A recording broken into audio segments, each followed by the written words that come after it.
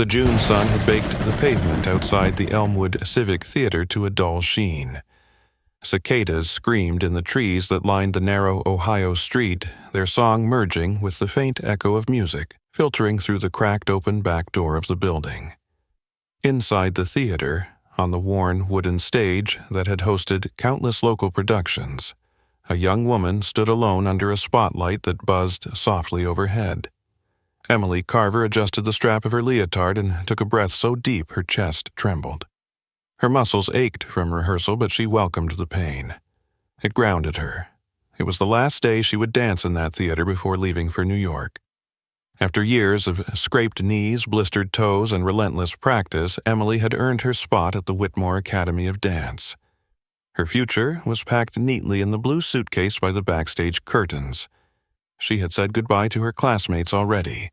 They had hugged her tightly after the final rehearsal, some crying, others smiling bravely before filing out the side door in their street clothes. Emily had asked to stay behind a little longer. She said she needed to take it in one last time. No one argued with her. The Elmwood Civic Theater had been her second home since she was 9. Everyone understood what this place meant to her. She turned slowly, letting the light cast her shadow in a full circle around her. The empty chairs beyond the stage stared back in silence. She performed a few steps slow and thoughtful, arms slicing through the air like the wings of a swan. Then she paused, listening. Her eyes searched the darkness beyond the front row. A sound, maybe just the groan of the old building settling, reached her ears. She shrugged it off. From a small desk backstage, the assistant lighting tech watched her through the slits of the curtain. The boy was new, barely 17 and clumsy around wires. He was tasked with turning off the lights when she finished. His finger hovered over the switch. He watched her spin one last time and then slowly bow. That was the last confirmed sighting of Emily Carver. She did not return home that night. Her mother called every friend, every contact at the theater. No one had seen her leave. The police were called the following morning. The theater was searched from top to bottom. Her suitcase was gone. Her phone, which she never turned off, was missing as well, but no one remembered seeing her leave the building. There were no security cameras installed at that time. The back alley exit led to a row of trash bins and a narrow street that fed into downtown Elmwood. No neighbors reported anything strange. It was like she had slipped between the walls. Within days, Emily's face was on flyers posted in coffee shops, gas stations, and telephone poles. Her ballet headshot taken just weeks earlier showed her smiling confidently, eyes clear and full of promise. Her name echoed through local radio stations and television news. The girl who vanished after rehearsal. The town whispered her name with sorrow and suspicion. Some speculated she ran off to New York early, eager to begin her new life. Others suspected foul play. Rumors clung to the edges of every conversation. But no evidence surfaced, no notes, no belongings, no body. The last person to leave the building that night was Vincent Rain, the theater's artistic director. He told detectives he stayed behind to lock up. He said Emily had already left by then. He claimed he checked every room before shutting the place down. His story was consistent. Yet something about his tone unsettled Officer Terrence Leary, a seasoned local cop with a sharp instinct for hesitation. Rain had always been respected, even admired for his dedication to the arts. But that year, whispers of friction between him and Emily had begun to emerge. She had reportedly challenged him during rehearsals, questioning his methods. One dancer said she overheard an argument between them the week before. Another claimed Rain had grown increasingly possessive of her progress, as if her success somehow belonged to him. None of it was enough for a warrant. Rain continued working with the theater for another 2 years before abruptly resigning. Emily's mother, Joanne Carver, never accepted the theories that her daughter had simply chosen to vanish. Emily was driven, focused, and unafraid to speak her mind. Joanne had raised her alone after Emily's father left when she was 4. Their bond was intense and close. She knew her daughter would never disappear without a word. Year after year, Joanne returned to the theater on the anniversary of Emily's disappearance. She stood outside the doors with a candle, sometimes joined by a few friends, sometimes alone. She never gave up. She never moved away. Her house, filled with framed ballet photos and programs from Emily's performances, became a shrine of suspended hope. 3 decades passed, Elmwood changed. New coffee shops replaced old diners. The Civic Theater fell into disrepair and eventually closed. Weeds grew around the foundation. Windows cracked and remained unfixed. But the mystery never went cold for Joanne. In 2024, on a humid June afternoon, Joanne received a phone call from her niece Morgan. The younger woman had just inherited Joanne's old vanity mirror, a family heirloom that had sat in Emily's childhood bedroom for years. Joanne had given it away during her most recent attempt at decluttering. But Morgan's voice shook with something between excitement and confusion. She had discovered something hidden inside the mirror frame. It was a thin, folded bundle of paper slipped between the wooden backboard and the mirror glass.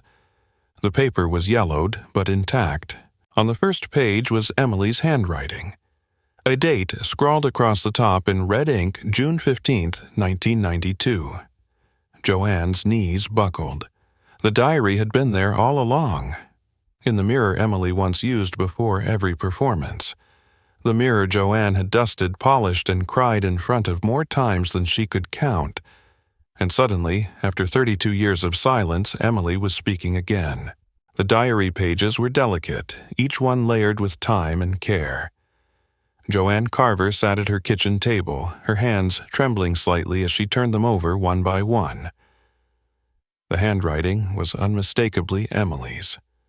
Sharp loops, neat lines, words pressed close together as if every sentence had to fit inside the narrow space of her thoughts. The first few entries were dated from the weeks leading up to her disappearance. They were filled with rehearsal notes, meal plans, and reflections on the upcoming move to New York. But then, as Joanne read deeper, the tone shifted. Emily's words became guarded. She no longer wrote about choreography or costumes. Instead, she mentioned someone watching her during rehearsals, someone whose presence made her chest tighten and her feet hesitate. Joanne's breath caught when she reached an entry marked with a faint smear of what looked like graphite.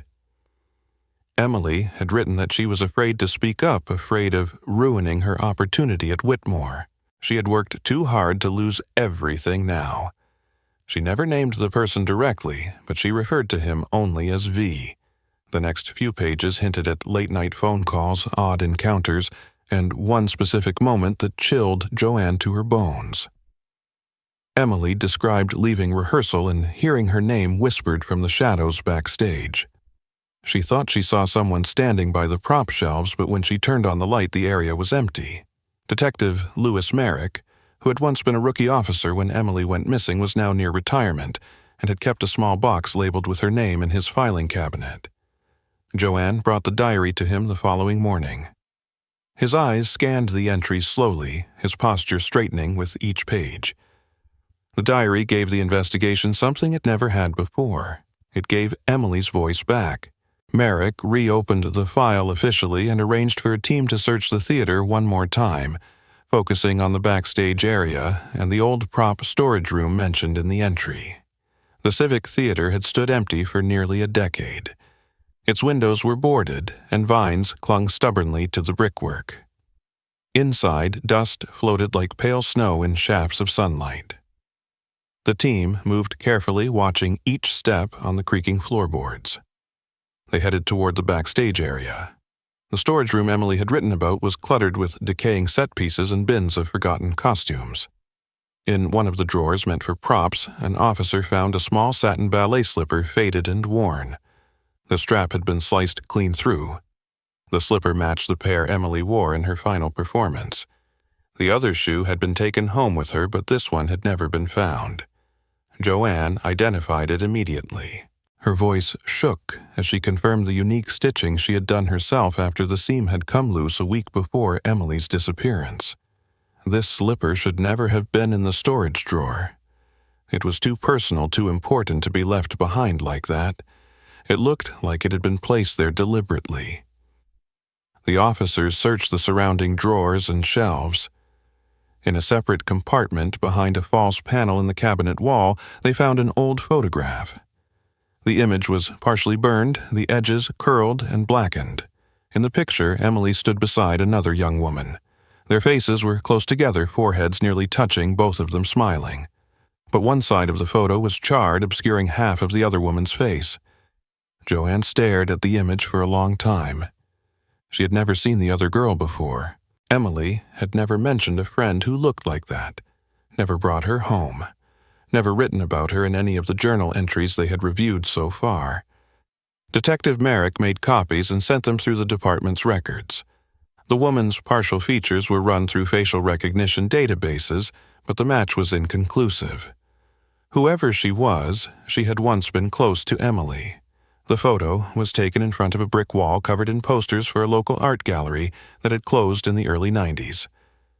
That detail allowed Merrick to estimate when the photo had been taken, likely just weeks before Emily vanished. It placed her in the company of someone new, someone not tied to the theater or her school friends. That evening, Joanne received an anonymous letter in the mail. There was no return address, no postmark. Inside was a single slip of paper with one sentence written in thick black ink. She danced her last steps, but someone else chose the music. Joanne read it over and over, her pulse pounding. She brought it to Merrick immediately. The handwriting was unlike anything in Emily's diary. It was rigid, angular, written by someone trying to disguise their hand. The letter had no fingerprints, no DNA. It offered no explanation, only deepened the mystery. Merrick returned to the theater 2 days later. He requested permission from the city to temporarily remove a section of the floorboards backstage.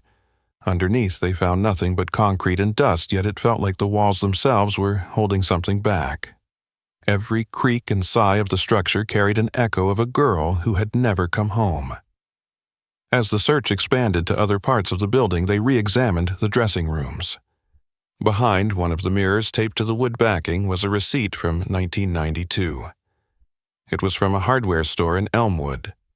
The purchase list included heavy-duty rope industrial cleaner and a padlock. The name on the receipt was Vincent Rain. Rain had passed away in 1997 in a car crash. His brother Daniel, still living in Elmwood, was contacted by investigators. He invited them into the family home and offered them a box of Vincent's belongings he had stored for years. Among them were old programs from theater productions, personal notes, and a single VHS tape labeled Rehearsal June '92. The tape was brought to the department for analysis. It was dusty but intact. When played, it showed footage from one of Emily's final rehearsals. She danced alone on the stage. At first, she looked focused. Her movements were flawless. But as the tape continued, her expressions changed. She appeared anxious. Her eyes flicked toward the wings off stage. She missed a step, something she never did. Then the footage cut out abruptly. Joanne Carver stood on her porch, the mirror now resting against the living room wall where sunlight caught its beveled edges. The diary pages were locked safely in a protective case, but it was not the written words that kept her awake at night. It was what Emily had not written. There were gaps in the entries. Gaps that suggested hesitation, fear, or perhaps someone watching too closely. Joanne had always trusted her instincts, especially when it came to her daughter. For 32 years, her heart had whispered that something was left behind, something overlooked. Now, the feeling was louder than ever. She began going through every box of Emily's belongings stored in the attic. Every folder, every cassette tape, every scribbled note from school. She wanted to feel close to her again. She needed to. As Joanne sat in Emily's old room now, a faded sanctuary of posters, books, and dried flowers, she pulled open the closet door. On the highest shelf behind a stack of notebooks, she found an envelope marked with the initials E.K.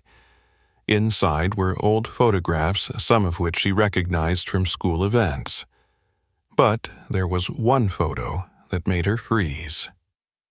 Emily stood beside Vincent Rain, smiling stiffly, her arms folded tightly across her chest.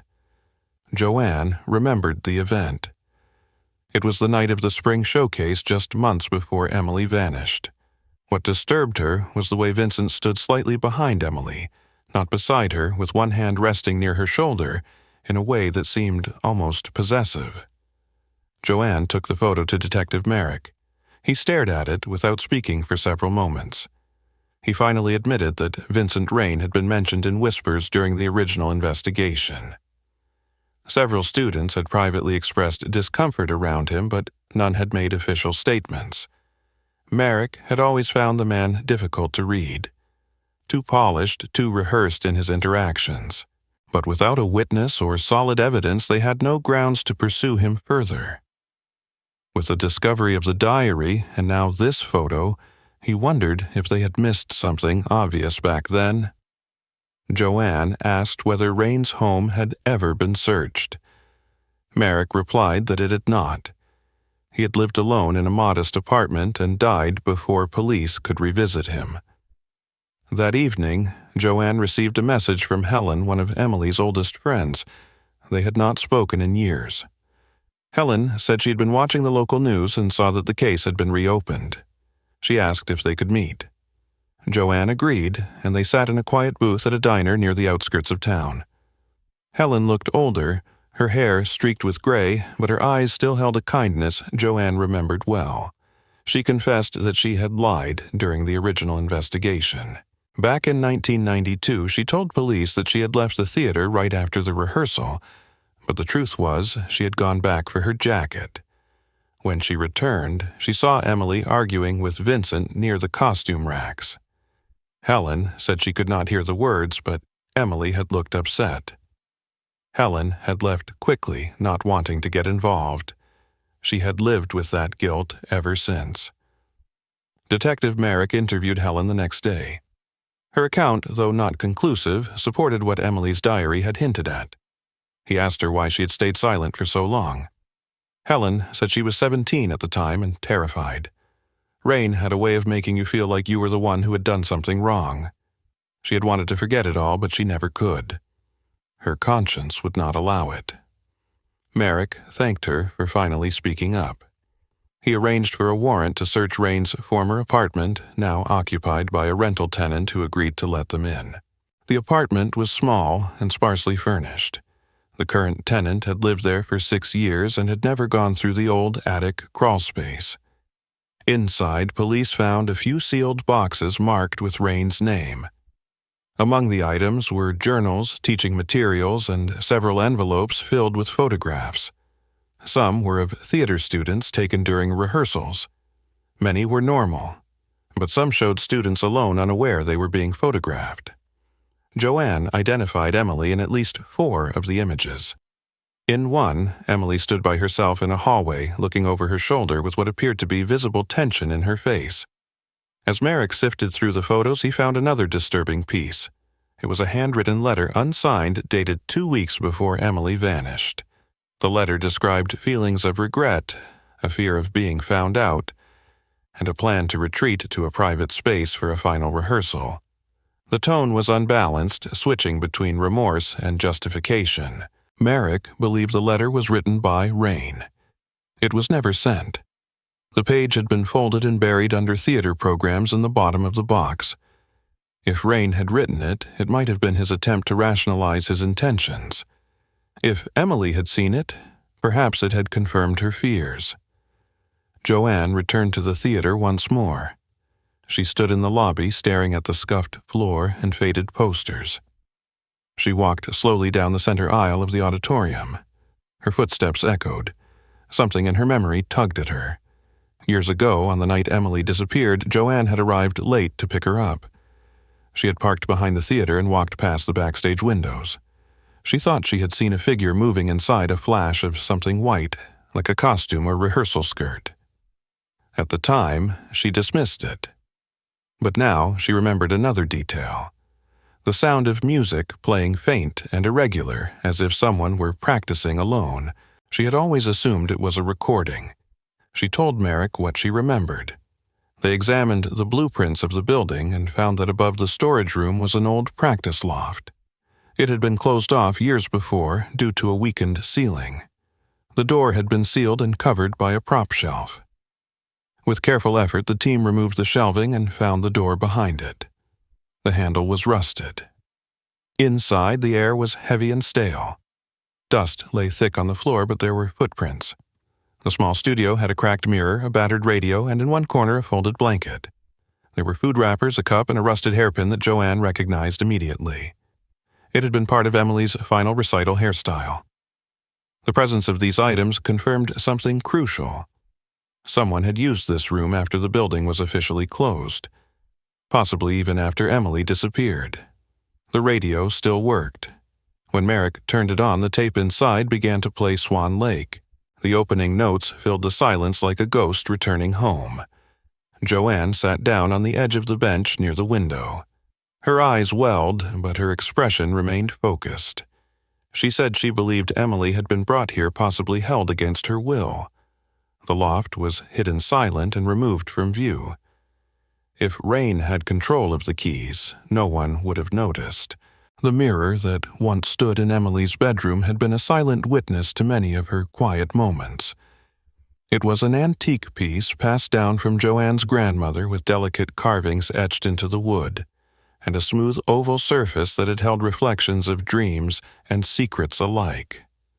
After the diary had been discovered behind its back panel, Joanne became obsessed with the possibility that more might be hidden within the furniture Emily had touched.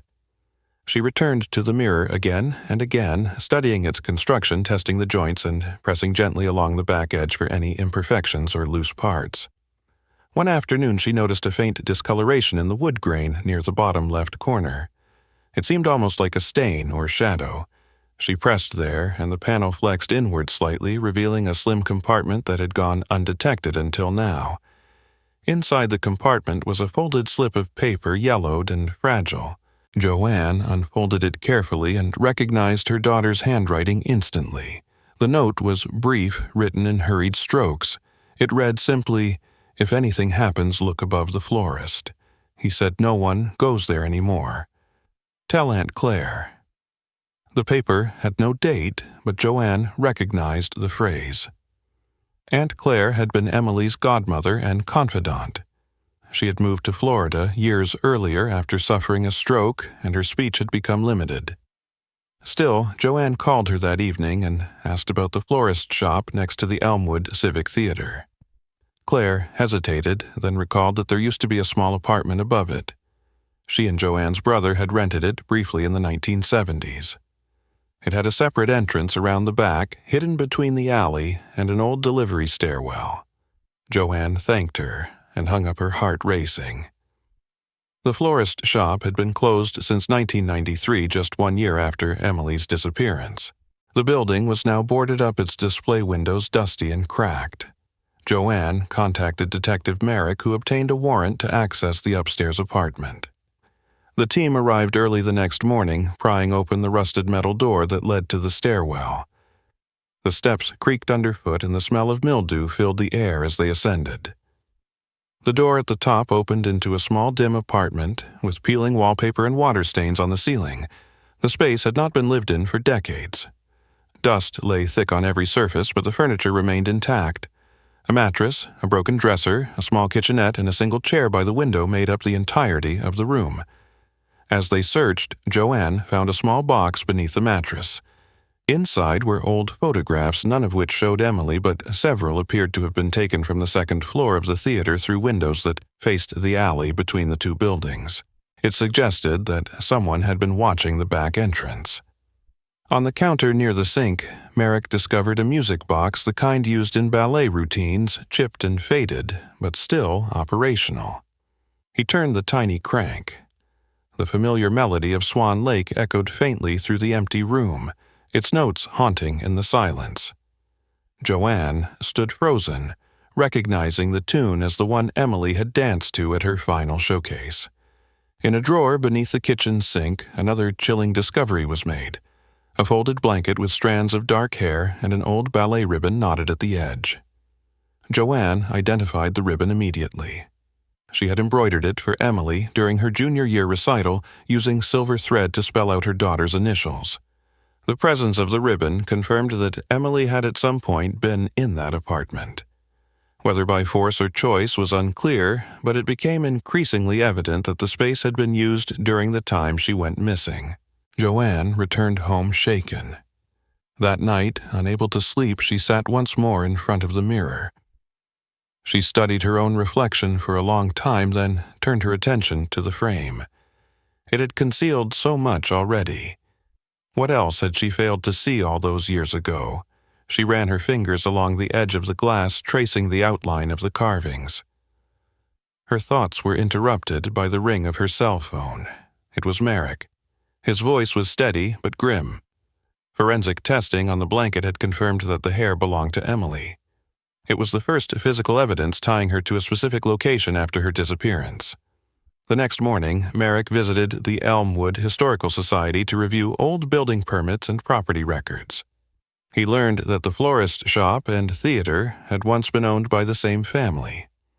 The upstairs apartment had not been officially leased for over 30 years. No record of who had used it after the shop closed could be found. The shop itself had been a financial loss, closing quietly just months after Emily went missing. Merrick requested permission to examine the basement of the florist building, hoping to uncover any additional clues. The basement was damp and filled with forgotten stock. Boxes of wilted artificial flowers, cracked vases, and brittle floral foam lined the walls.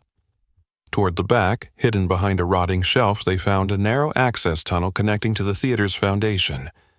It was likely an old delivery route, unused for decades. The path was tight and dark. Merrick's team followed it to the edge of the theater's storage room. The connection between the buildings, once sealed, had been quietly reopened. Someone had created a way to move unseen between the theater and the apartment. This discovery changed the scope of the investigation. If Vincent Rain had known about the tunnel, he could have used it to watch Emily, or worse, to move her without being seen. The presence of her ribbon in the music box suggested more than a passing visit. It implied presence. It implied captivity. Joanne sat with Merrick the next day in a small interview room reviewing the evidence. She asked him a single question. Did he believe Emily had been taken there against her will? Merrick paused before answering. Based on everything they had uncovered, he now believed Emily had been lured or coerced. The location, the hidden tunnel, the music box all pointed to a carefully planned sequence of events. Someone had created a place to keep her out of sight. The tunnel connecting the abandoned florist shop to the Elmwood Civic Theater had changed everything. For the first time, there was a physical route linking Emily's last known location with a hidden space where her belongings had been found. Detective Merrick had the tunnel photographed and mapped. The passage had been sealed decades ago and likely forgotten by most, but someone had reopened it. It was not wide, just large enough for a single person to crawl through. Scratches on the walls indicated recent movement, possibly from the past year. Merrick sent a forensic team in to recover any remaining evidence. Dust patterns showed repeated traffic. Whoever used it had done so multiple times. They were familiar with its path and purpose. Back at the precinct, Merrick sat in his office reviewing the evidence when a knock came at the door. Officer Gaines stepped in holding a plastic evidence bag. Inside it was a page torn from a theater program. The date printed in the top right corner matched the night of Emily's final rehearsal. On the back in rushed handwriting were the words, "She is not supposed to be here this late. She asked too many questions. If she leaves, she tells them everything." Merrick stared at the note. The writing did not match Emily's or Joanne's. It was angular and tight, the ink slightly smudged. It had been found in the florist apartment wedged behind the small dresser by the window. Merrick reviewed the list of people who had keys to the theater and adjacent buildings in 1992. Vincent Rain topped the list, followed by 2 maintenance workers, a custodian, and the theater manager at the time. The manager had since passed away and the custodian had moved out of state, but the 2 maintenance workers still lived nearby. One of them, Glenn Waters, was brought in for questioning. Now, retired Glenn was in his 70s and walked with a cane.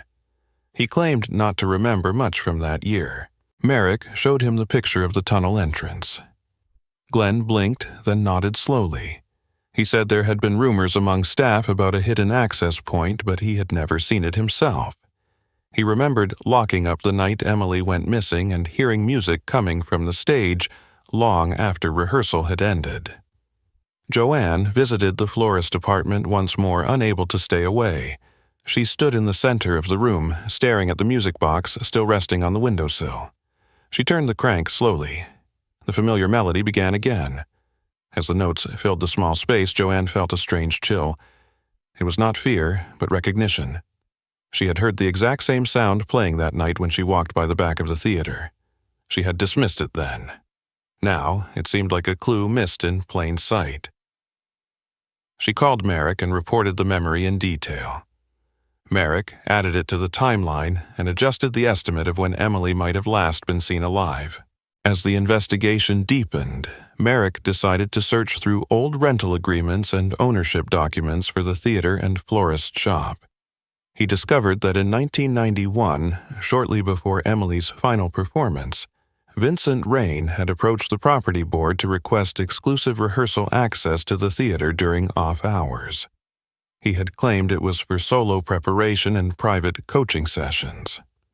The board had granted the request without much debate. Rain had always been persuasive. The access meant he could enter the theater and adjoining spaces without question or oversight. Merrick obtained the archived request form. It bore Rain's signature and a list of dates that included every evening Emily had stayed late for rehearsal. Among Rain's belongings, the forensic team found an audio cassette labeled Practice 6B. It was in a box beneath a pile of sheet music. The tape had deteriorated with time, but the department's audio technician managed to restore the contents. The recording began with faint static, then the familiar strains of a piano introduction. Moments later, Emily's voice could be heard counting steps softly to herself. Then a pause. She spoke again, this time less rehearsed. She said she did not like staying after dark. She mentioned someone watching from the balcony and asked if they could close the doors. A low male voice responded, muffled and indistinct but firm. Emily hesitated, then continued dancing. The tape ended abruptly after a minute of silence. Joanne was not informed of the tape immediately. Merrick wanted confirmation on the voice first. He brought in a retired sound analyst who had worked on local cases during the 1990s. The analyst compared the male voice to old recordings of Vincent Rain from interviews and public events. While the quality was not perfect, the analyst concluded that the vocal patterns matched Rain's with high probability. Merrick now had a timeline, a location, a motive, and a potential confession hidden in a handwritten note. What he still lacked was a definitive answer to what had happened the night Emily vanished. Late one evening, Merrick drove to the alley between the florist shop and the theater. He walked the narrow path alone, flashlight in hand. He tried to see what Emily might have seen. At the far end of the alley, hidden behind a loose panel of wood, he found something strange. A carved section of brick had been hollowed out. Inside was a small tin box sealed shut with rusted hinges. Back at the precinct, the box was carefully opened. Inside were newspaper clippings about Emily's disappearance, a torn piece of her rehearsal dress, and a photograph that had not been seen before. It showed Emily sitting on the stage floor lacing her shoes, her eyes turned to someone just outside the frame. Her expression was one of unease. Detective Merrick sat across from Daniel Rain, the younger brother of Vincent, in a modest living room that smelled faintly of lemon polish and pipe tobacco. Daniel was a retired schoolteacher, mild-mannered and polite, with a distant look that suggested years of unresolved tension. When Merrick showed him the photo of Emily sitting on stage, Daniel stared at it for a long time without speaking. His fingers trembled slightly as he set the photo on the table between them. He said he had not seen that particular image before, but recognized the look in her eyes. It was the same look he had seen in other girls around his brother, a subtle tightening of the mouth, a guarded awareness that did not match their age. Daniel reached into a small wooden box and retrieved a notebook wrapped in plastic. He explained that after Vincent died, he had gone through his belongings and found several journals. He had kept one separate because it made him uneasy. He slid it across the table. The cover was cracked leather, the pages yellowed with time. Merrick opened it, slowly scanning the contents. Vincent had written daily, reflecting on theater productions, student progress, and personal thoughts. Buried within those entries were fragments of unsettling phrases. One entry noted that someone had grown too confident. Another questioned whether a student's loyalty could be trusted. The date of the final entry matched the day before Emily vanished. Merrick read aloud from the last page. It said she would not stop asking questions. She wanted to know what was behind the door. He ended the sentence with, "She will not ruin what I have built." The words were not a confession in legal terms, but they offered insight into a man obsessed with control. Merrick closed the journal and thanked Daniel for his cooperation. He left the house with the notebook under his arm and a growing certainty that they were circling the truth. Back at the station, he logged the journal into evidence and ordered a full psychological profile of Vincent Rain based on the writings. Joanne was called in the next day. She sat in the conference room with Merrick and a trauma counselor present. Merrick gently explained what the journal contained, and that it supported the theory Emily had been targeted deliberately. Joanne nodded quietly. She said she had always known in her bones that Emily had not simply vanished. She remembered her daughter coming home quieter in those final weeks, folding her costumes with more care than usual, and looking out the window longer than before. Emily had not spoken about Vincent in detail, but she had once said she wished rehearsals could feel safe again. Joanne never pressed at the time. Now she wished she had. Later that week, Merrick received a call from the state archives. While scanning old VHS tapes from the theater's public events, a technician found a labeled reel from a rehearsal session filmed 3 days before Emily disappeared. The footage showed a small portion of the practice from a fixed camera. Emily performed a solo, followed by a group scene. As she exited the frame, the camera continued to run. Vincent Rain walked into view, not realizing he was being recorded. He looked toward the side stage, motioned with his hand, and a girl walked toward him hesitantly. Her face was not visible, but her posture mirrored Emily's. The video ended seconds later. Merrick played the footage multiple times. The gestures, the tension, and the unscripted nature of that final moment aligned with witness accounts and journal entries. It did not show a crime, but it depicted influence pressure and a growing power dynamic. With each new piece, a portrait of manipulation emerged. Vincent had used his role to create isolation. He had identified vulnerabilities in his students, and for reasons still unclear, Emily had challenged that control. That made her a risk. Merrick noted that in the weeks leading up to her disappearance, Emily had spent more time alone at the theater, and often stayed late to practice privately. The discovery of the tunnel, the music box, the ribbon, and now the journal all converged to form a narrative. Merrick met with the district attorney to discuss reopening the case formally as a homicide. Though Vincent was deceased, the DA agreed to proceed with full investigative closure. Merrick also petitioned the judge to unseal old complaints from former students that had been kept confidential at the time. 3 testimonies were located, all from women who had danced under Vincent's direction. Each described discomfort, private rehearsals, and subtle threats to remain quiet. One had left the program entirely after confronting him and being told her career would end if she spoke further. Joanne returned to the theater one final time. She stood center stage, the wood beneath her feet still bearing scuff marks from countless dances. She closed her eyes and listened. The room creaked softly. In the silence, she imagined her daughter's last steps here, the rustle of her skirt, the breath held between movements.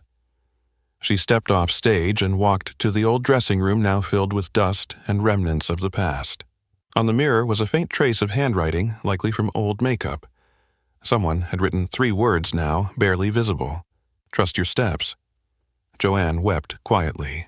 She placed her palm on the glass and whispered that she had never stopped looking. The past 3 decades had aged her, reshaped her, but never taken from her the resolve to know what really happened. When she left the building, she did not look back. She believed Emily's story had finally been heard.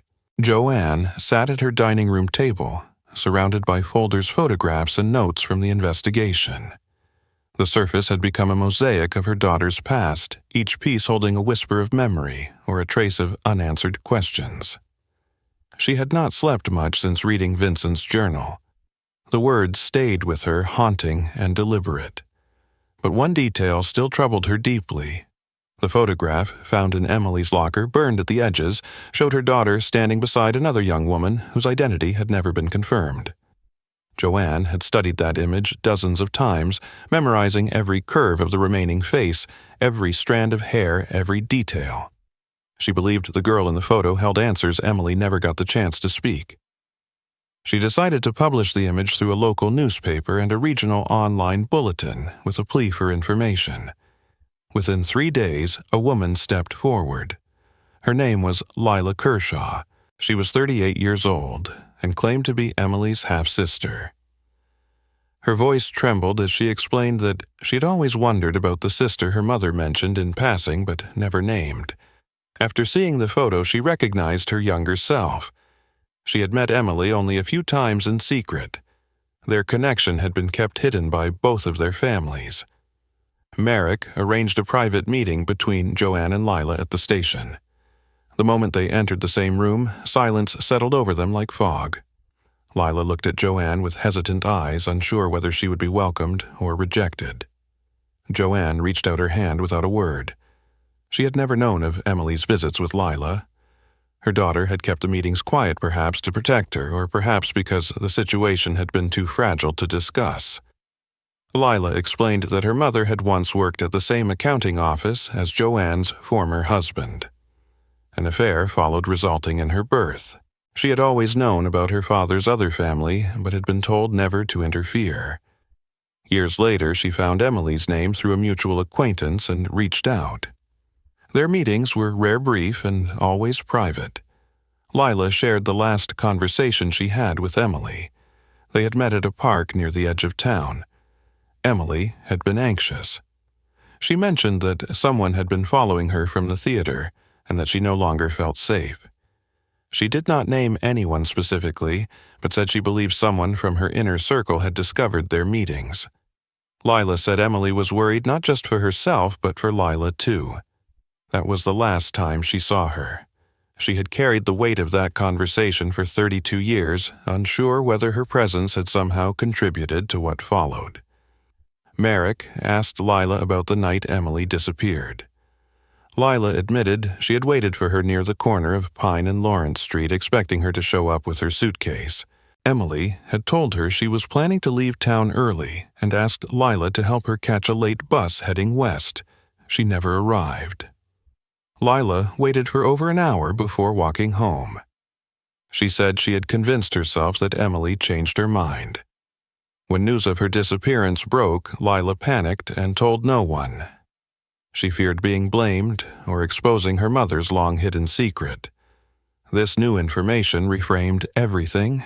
Emily had not only been planning to leave town early but had confided her escape plan to someone she trusted. Merrick realized this detail could explain why Vincent may have acted decisively. If he suspected Emily intended to expose him or vanish without his permission, he might have panicked. Control was everything to him. Her defiance and intent to leave could have triggered a final act of desperation. Merrick checked the surveillance records from the old bus station. Although grainy and incomplete, one frame showed a girl resembling Emily entering the station foyer shortly after dusk on the night of her disappearance. The timestamp matched what Lila had described. The photograph was enhanced and verified by a photo analyst. While not definitive, the proportions, clothing, and hairstyle matched those seen in Emily's final rehearsal footage. Merrick believed this confirmed that Emily had left the theater alive. Her intention was to escape. But something had intervened. The stretch between the theater and the bus station was not far. It was possible she had been intercepted. Merrick revisited the route on foot. The alley behind the florist shop, where the tunnel entrance was found, sat directly between the 2 points.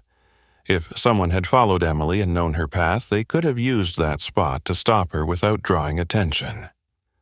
Joanne listened as Merrick laid out this theory. Her eyes remained fixed on the table. She whispered that Emily had been so close.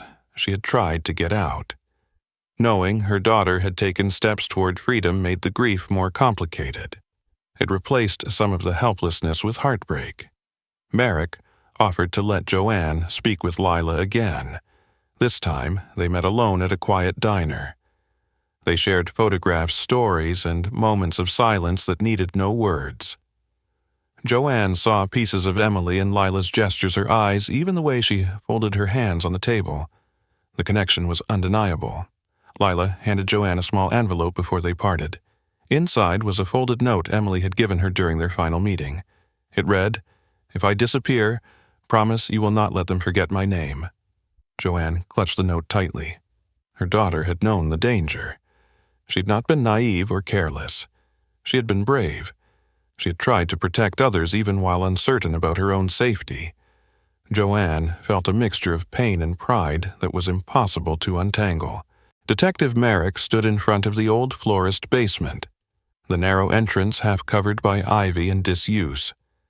The discovery of Emily's escape attempt and her planned meeting with Lila had led him back here. He needed to re-examine everything with new perspective. The tunnel between the florist and the theater had revealed a disturbing connection, but Merrick believed there was more. The original search had focused on the upper apartment and tunnel. The basement had not been fully explored. It was dark, uneven, and partially flooded the last time they entered. Now, armed with updated lighting and scanning equipment, Merrick brought a forensic team to complete a structural assessment. The group moved cautiously, stepping over broken shelving and crumbling concrete. Toward the back wall, one technician noticed an unnatural echo. They tapped the wall, and the sound changed. Behind the deteriorating bricks was a hollow space. Merrick ordered the bricks carefully removed. As they chipped away, dust filled the air and a narrow opening appeared. Beyond it was a small square room sealed entirely in concrete. No window, no ventilation, only a rusted metal door on the opposite side. They pried it open and stepped inside. The air was stale and thick. The room contained only a single wooden chair bolted to the floor and a crate beside it. Inside the crate were a few personal items: a pair of worn ballet slippers, a crumpled program from Emily's final rehearsal, a thermos, a small blue hairbrush. Joanne was called to identify the items. When she arrived, she stood silently at the threshold. She recognized everything. The brush had belonged to Emily since childhood. The thermos had been a gift from a cousin. The slippers stitched by Joanne herself were unmistakable. This was not just a hidden space, it had been used deliberately. Emily had been here.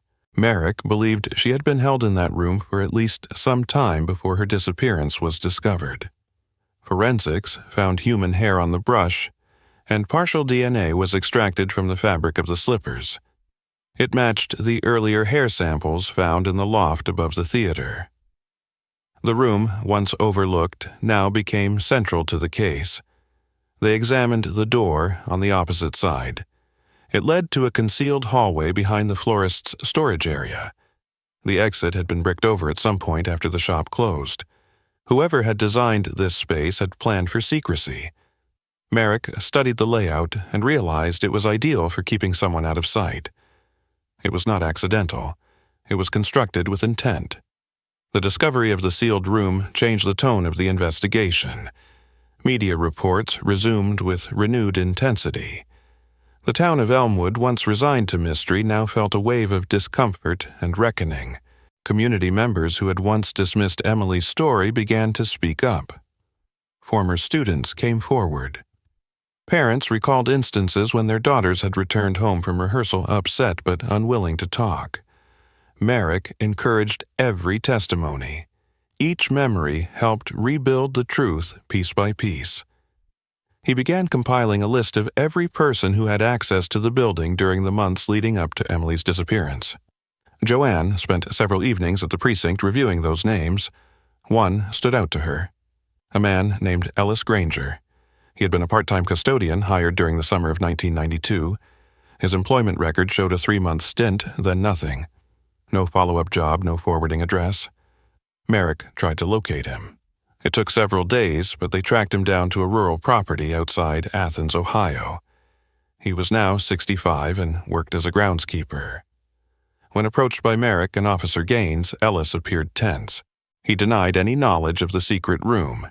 He claimed his duties had been limited to sweeping and garbage disposal. Merrick noticed his nervous hands and pressed further. After an hour of questioning, Ellis admitted that he had been asked by Vincent Rain to help move some crates in the florist basement. He claimed he did not know what was inside, only that he was paid extra in cash. He described how Vincent always acted strange around the rear hallway. Ellis never saw Emily after her final rehearsal, but he remembered hearing music coming from below the florist 2 days after her disappearance. He assumed the sound was from a radio left behind. Merrick wrote everything down. Ellis was not charged, but was marked as a person of interest in failing to report suspicious activity. The forensic team discovered a marking scratched into the concrete wall of the sealed room. It was faint, but clearly deliberate. The initials EC followed by the number 4. Joanne confirmed the carving matched how Emily signed her diaries. The number likely marked the days she had spent there. The idea of her daughter sitting in that small room, counting the passage of time in scratched numerals, nearly broke her. Merrick photographed the markings and included them in the official evidence log. He now believed that after Emily entered the room, she had been kept there until something forced a change. Whether it was escape transfer or worse remained uncertain. A former electrician who had worked part-time at the theater also came forward. He remembered being asked to disconnect a security sensor behind the florist building just days before Emily vanished. He thought nothing of it then. He was paid under the table by Vincent. Merrick added this to the growing case file. Vincent Rain, though long dead, had left behind a trail of orchestrated movements, manipulations, and secrets embedded within the town's forgotten walls. Merrick submitted a request to have the theater and florist sites formally designated as crime scenes. Excavation work began on both properties. Joanne sat on the steps outside the Elmwood Police Department, a thick file resting on her knees. The manila folder held decades of loss, each page detailing a moment Emily had once lived. It no longer felt like a cold case, it felt like a story slowly crawling out of the dark. Every room they found, every object that reappeared, made her daughter feel real again. Joanne's fingers moved gently over the folder's edges. She whispered a quiet promise to keep going until Emily's full truth was known. That resolve hardened when Merrick called her in that afternoon. He said they had found something under the concrete room's foundation, a crawlspace previously overlooked, likely sealed from beneath during the original construction. Joanne accompanied the team to the site. The air in the florist basement was thick with mold and dust. Workers had removed the flooring inside the sealed room and uncovered a narrow space filled with debris. It was cramped, but there was enough clearance for a person to crawl through. They sent in a technician with a light and a camera. The footage returned showed scuffed concrete, scattered objects, and one metal lockbox wedged between the joists. They retrieved it carefully. It was rusted, corroded in places, but intact. Back at the lab, the box was pried open. Inside was a folded note, several photographs, and a torn ticket stub for a Greyhound bus. The photographs were of Emily. Most had been taken at rehearsals. A few appeared to be candid. She stood in a hallway near the dressing rooms. She walked alone on a sidewalk beside the theater, and one image showed her looking up from the edge of a stage, unaware of the camera. Merrick's stomach turned. These were not typical keepsakes. They were surveillance.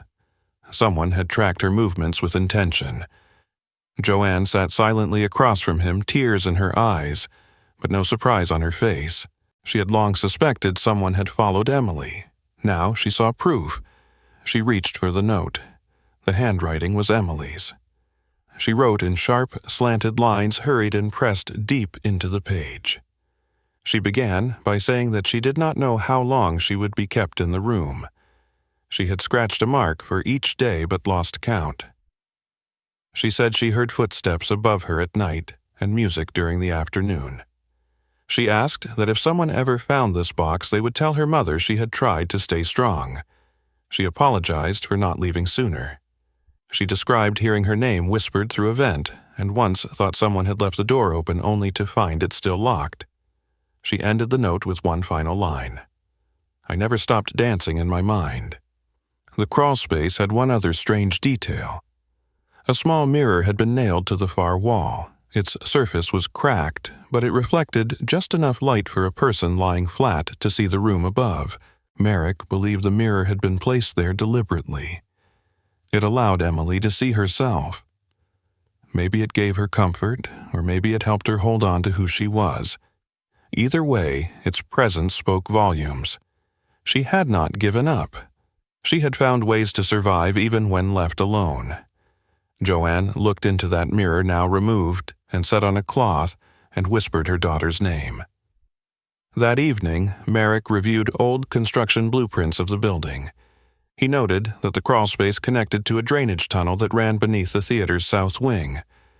It had been capped during renovations in the late 70s, but likely still led to a secondary access point. The following morning, he traced the route with 2 officers and a map. They found the old runoff pipe behind a rusted grate on the outer edge of the theater's foundation. Inside was dry hollow and surprisingly intact. Someone could have used this tunnel to enter or exit the basement without being seen. Merrick considered whether Emily might have escaped through that tunnel. It was plausible.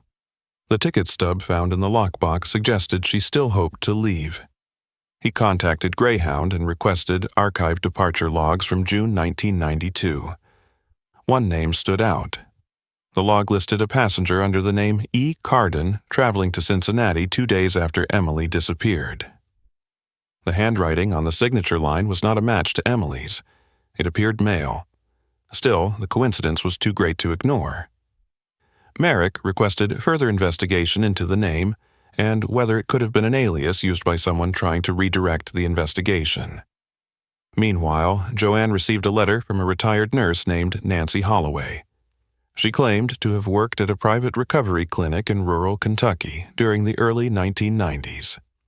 The clinic had been closed in 1996 and its records destroyed in a fire. Nancy said she saw Joanne's story in the newspaper and recognized the photograph of Emily. She said a young woman had been brought to the clinic under a false name.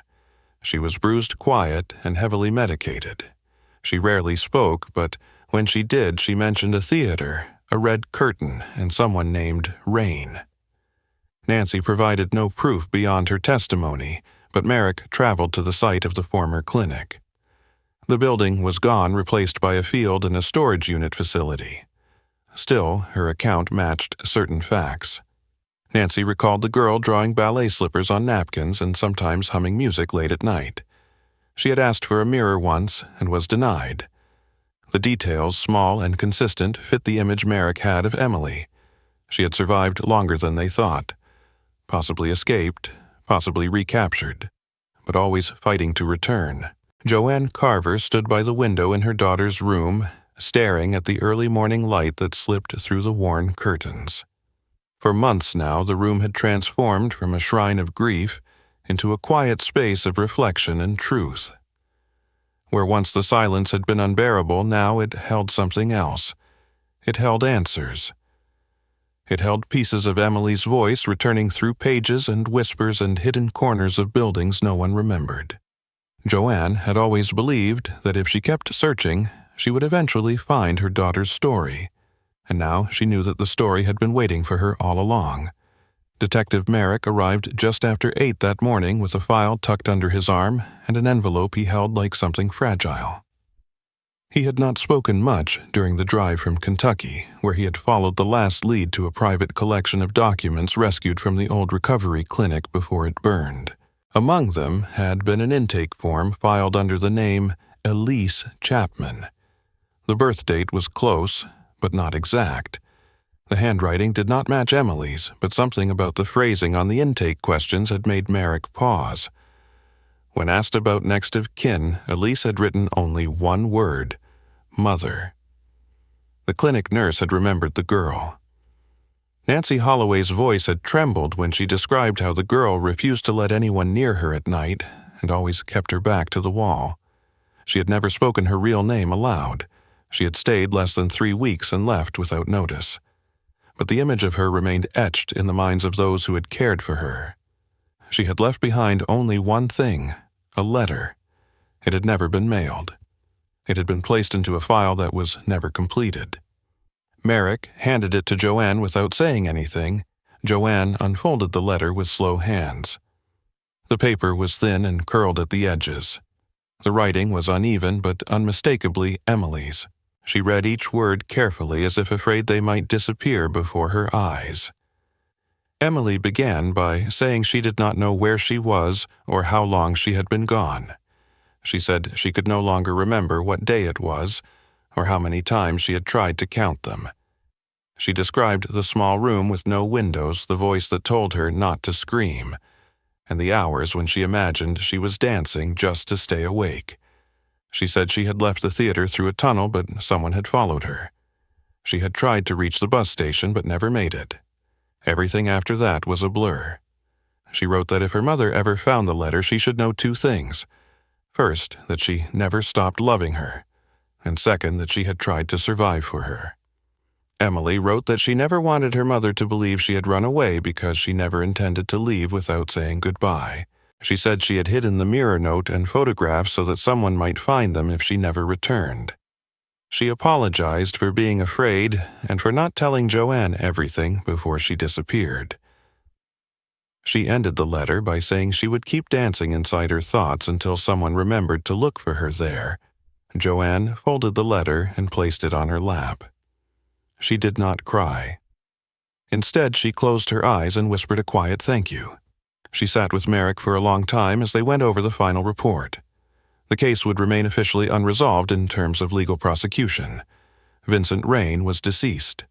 No formal trial would ever be held, but the department would issue a final statement acknowledging the evidence of Emily's confinement and abuse as well as the systemic failures that allowed it to go unrecognized for so long.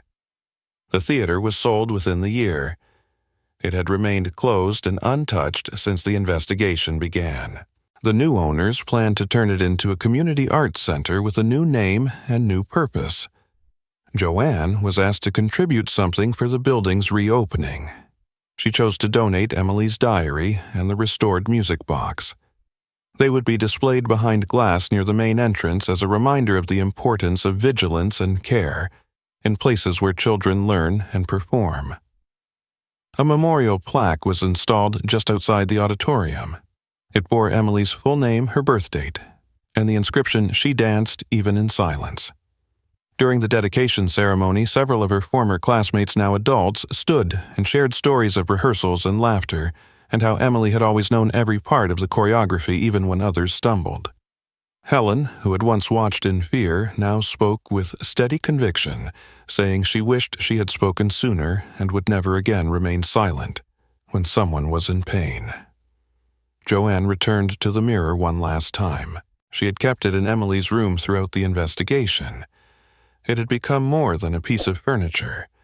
It had become a witness to everything uncovered and everything lost.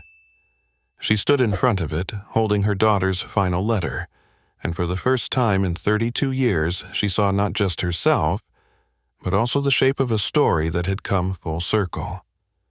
She whispered Emily's name into the quiet room and said she had done what she promised.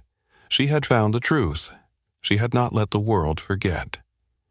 In the months that followed, Joanne began speaking at schools and community centers about the warning signs of abuse, the importance of listening to teenagers, and the quiet strength that lives in the details we often ignore. She told Emily's story not just as a tragedy, but as a testament to courage. People came up to her after each talk with tears in their eyes, sharing their own stories, their own regrets, their own promises to do better. Detective Merrick retired the following year. He left the force with a commendation for his work on Emily's case and a letter from Joanne that he kept in his desk. She had written that while he could not bring her daughter home, he had given her the gift of knowing who her daughter was and what she endured, and that he had restored something she thought had been lost forever. She called him a keeper of memory. He never forgot those words. Emily's story became part of the community. Her name appeared in local articles, psychology journals, and eventually a documentary about unsolved disappearances and hidden abuse. But for Joanne, the real victory came in the quiet hours at night when she no longer dreamed of search parties or unanswered phones. Now she dreamed of music, of quiet stages, of a girl in soft slippers moving across the floor with grace and purpose. If you enjoyed this story, make sure to like and subscribe so you never miss the next mystery. We would love to hear what you think about the plot and where you are watching from. Share your thoughts in the comments below.